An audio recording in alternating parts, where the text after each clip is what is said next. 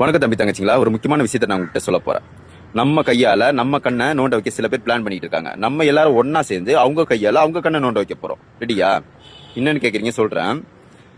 நல்லா நோட் பண்ணி பாருங்க. ஒரு வாரமாவே பிரச்சனை மேல பிரச்சனை வந்துட்டு இருக்கு. விஜய் சார் மேல தப்பு போட்டுட்டு இருக்காங்க. ஆனா இந்த பிரச்சனை எப்ப ஆரம்பிச்சிச்சு? விஜய் சார் மொத்த அமைச்சரையும் பதவியில உட்கார வச்ச உடனே பிரச்சனை ஆரம்பம். முக்கியமா குளத்தூர்ல கரண்ட் இல்லாம போச்சு, தண்ணி இல்லாம போச்சு, மக்கள் ரொம்ப கஷ்டத்துக்கு ஆளானாங்க. நல்லா நோட் பண்ணி பாருங்க. அந்த தொகுதியில முன்னாடி யார் எம்எல்ஏ இருந்தாங்க, யாரு அங்க தோத்து போனா உங்களுக்கே தெரியும். விஜய் சார் பதவியில உட்காந்து 12 நாள் ஆகுது. விஜய் சாரால உடனே ஆக்ஷன்லாம் எடுக்க முடியாது. ஏன்னா என்ன நடந்துச்சு ஏது நடந்துச்சு யோசனை பண்ணி பொறுமையா தான் சரி பண்ண முடியும். கரெக்ட் தானே? ஆனா அங்க இருந்த எம்எல்ஏக்கு மொத்த பேரும் கைக்குள்ள இருப்பாங்க.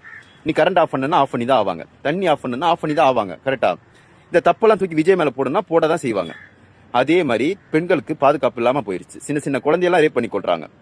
இது எல்லாத்துக்குமே காரணம் என்னன்னா 6 மாசத்துக்குள்ள விஜய் சார் மேல தப்ப உருவாக்கணும். அப்பதான் நம்பிக்கையில்லா தீர்மானம்